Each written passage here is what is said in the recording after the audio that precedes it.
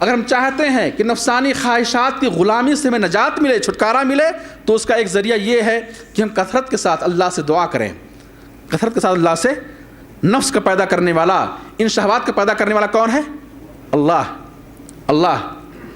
اور اللہ سے دعا کریں. اسی طریقے سے شیطان کی راہوں پر نہ چلیں. اللہ کو کثرت کے ساتھ یاد کریں اور اللہ کے ذکر سے اپنے آپ کو شیطان سے کیا ہے؟ دور رکھیں. اس لیے کہ شیطان انسان کی خون کی رگوں میں دوڑتا ہے اور اس کے دلوں میں وسوسے پیدا کرتا ہے، اس کی خواہشات کو ابھارتا ہے، اسے بہکاتا ہے. وہ نہیں چاہتا ہے کہ انسان نفسانی خواہشات کی غلامی سے چھٹکارا پائے، بلکہ وہ انسان کو نفسانی خواہشات کا تابع بنا دیتا ہے. اس کی پوری کوشش یہ ہوتی ہے. شیطان عقل سے زیادہ اور اس بندے کے دین سے زیادہ اس کے نفس پر حکمرانی کرتا ہے. اور قرآن کریم میں اللہ سبحانہ وتعالیٰ نے مختلف آیتوں میں اس بات کا حکم دیا کہ شیطان کی راہوں پر نہ چلو. شیطان تمہارا کھلا ہوا دشمن ہے. شیطان تمہارا کیا ہے؟ کھلا ہوا دشمن ہے. تو اور ہر انسان کے ساتھ شیطان ہوتا ہے. حدیث، ہر انسان کے ساتھ ایک شیطان ہوتا ہے. اٹھتے بیٹھتے سوتے جاگتے، کمرے میں باہر مجلس میں بازار میں، ہمیشہ اس کے ساتھ لگا ہوتا ہے. لیکن جب بندہ صبح و شام کے اذکار پڑھے گا، گھر سے نکلنے اور گھر میں داخل ہونے کی دعائیں پڑھے گا، اور اسی طریقے سے ذکر و اذکار کر کے سوتے وقت جاتے وقت بیت الخلاء میں جائے تو نکلے تو جب وہ ذکر و اذکار کا اہتمام کرے گا تو شیطان اس کا ساتھ چھوڑ دے گا. تو اپنے آپ کو شیطان سے بچائیں، شیطان کی راہوں پر نہ چلیں. تو یہ ایک ذریعہ اور وسیلہ ہے نفسانی خواہشات سے چھٹکارا پانے کا.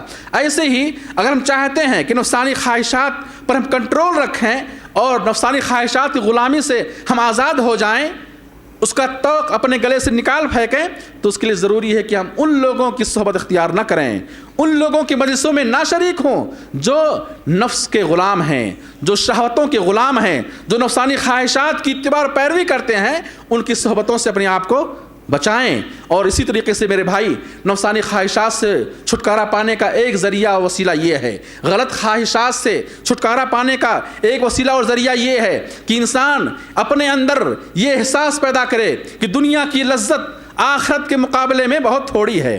دنیا کی لذت وقتی ہے، خواہشات نفس کی یہ لذت کیا ہے؟ یہ بہت تھوڑی ہے. یہ راحت، یہ آرام، یہ مزہ، یہ لطف بہت مختصر ہے. اور اگر اس کو ہم نے چھوڑ دیا تو اس پر جو ہمیں اجر ملے گا، ثواب ملے گا، وہ کیا ہے؟ ہمیشہ کے لیے ہوگا. وہ کبھی ختم نہ ہوگا، وہ کبھی ختم نہ ہوگا. تو دنیا کے فانی ہونے اور آخرت کے باقی رہنے کا تصور اپنے اندر پیدا کرے تو انشاءاللہ وہ نفسانی خواہشات کی غلامی سے کیا چھٹکارا پا جائے گا. ایسے ہی بندے کو چاہیے کہ وہ نفس کا محاسبہ کرے، اپنے اعمال کا جائزہ لے، اپنے شب و روز کو دیکھے کہ ہم کیا کر رہے ہیں اور ہم کیا ہیں. اپنے مقام کو پہچانیں، اپنے مقام کو پہچانیں. ہم کیا ہیں؟ اللہ سبحانہ و تعالیٰ نے اتنا بڑا عظیم مقام، اتنا اعلیٰ مقام ہمیں عطا کیا ہے کہ ہمیں مسلم بنایا ہے. ہمیں کیا بنایا ہے؟ مسلم بنایا ہے. ایمان اور اسلام کی ہدایت دی ہے. ورنہ میرے بھائی یہ کوئی معمولی مقام نہیں ہے، یہ کوئی معمولی مقام نہیں ہے. یہ وہ مقام ہے جس مقام سے اللہ راضی اور خوش ہوتا ہے. اور یہی وہ مقام ہے جس کی بنیاد پر اللہ راضی اور خوش ہوتا ہے. یہی وہ مقام ہے جس کی بنیاد پر جنت حاصل ہوگی. اور جو شخص اس مقام سے محروم ہے، اس نعمت سے محروم ہے، وہ اللہ کے غضب کا شکار ہوگا، وہ ذلیل و رسوا ہوگا. اس کے لیے جہنم ہے، اس کے لیے جہنم ہے. تو ہر شخص کو چاہیے کہ وہ اپنے مقام کو پہچانے کہ ہمیں اللہ سبحانہ وتعالیٰ نے کس مقام پر رکھا ہے، ہمیں کیا کن کن نعمتوں سے نوازا ہے.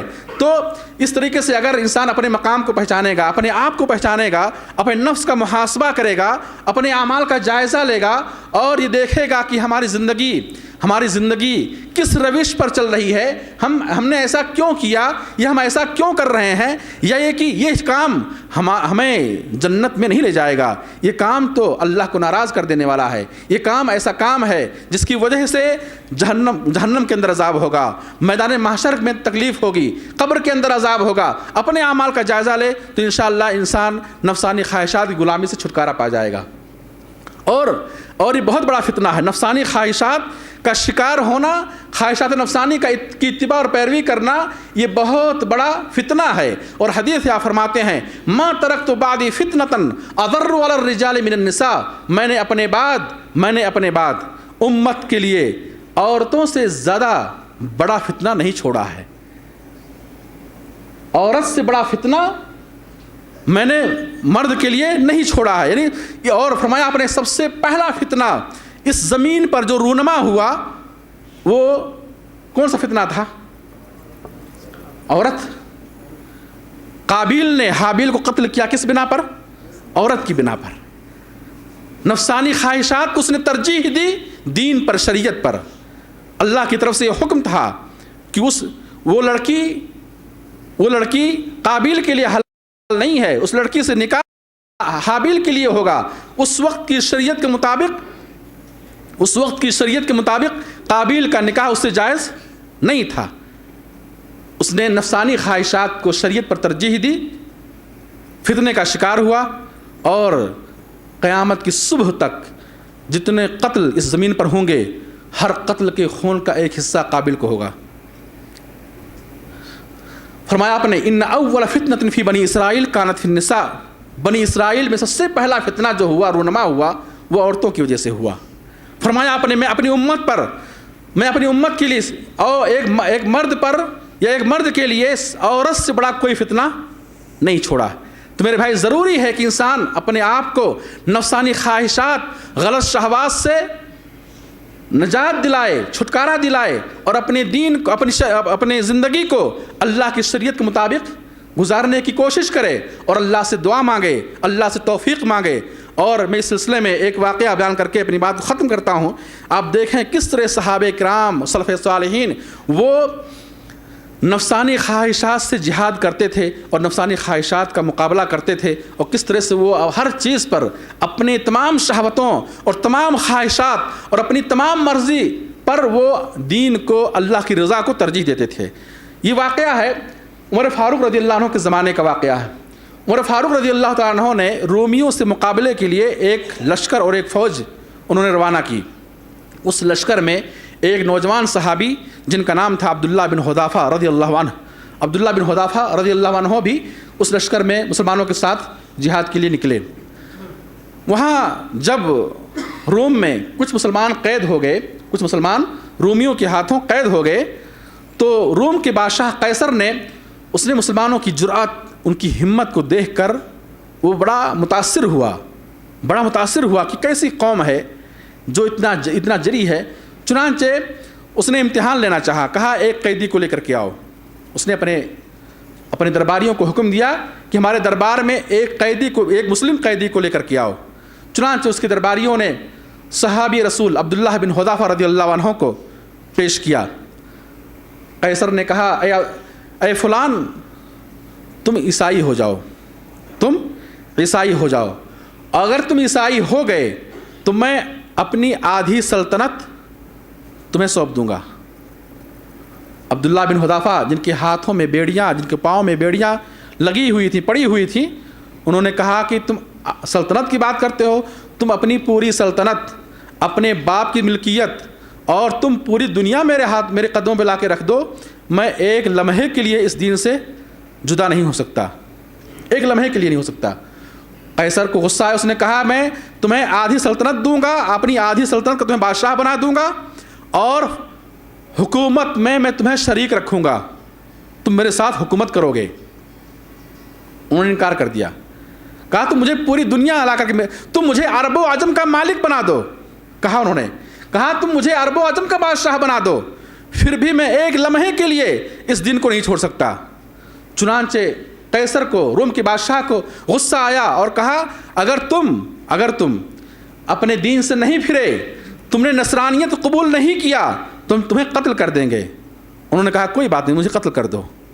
چنانچہ قیصر کے حکم پر عبداللہ بن حذافہ رضی اللہ عنہ کو ایک تختی پر لٹکا دیا گیا، ایک لکڑی پر لٹکا دیا گیا، اور تیر اندازوں کو حکم دیا. قیصر نے تیر اندازوں کو حکم دیا کہ اس پر تیر چلاؤ، لیکن تیر اس کے اوپر نہ پڑے، اس کے ارد گرد تیر چلاؤ. دہشت دلانے کے لیے، خوف دلانے کے لیے تیر اندازوں نے اس کے ارد گرد تیر چلانا شروع کیا.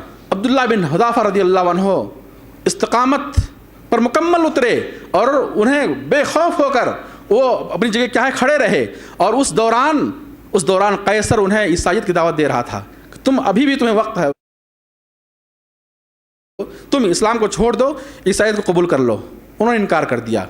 آخر میں عبداللہ بن حذافہ رضی اللہ عنہ کو جیل میں ڈال دیا گیا اور کھانے پینے سے روک دیا گیا، کھانا پینا بند کر دیا گیا، اور یہ حکم ہوا بادشاہ کا، قیصر کا یہ حکم ہوا کہ انہیں کھانے اور پینے کی کوئی چیز نہ دی جائے۔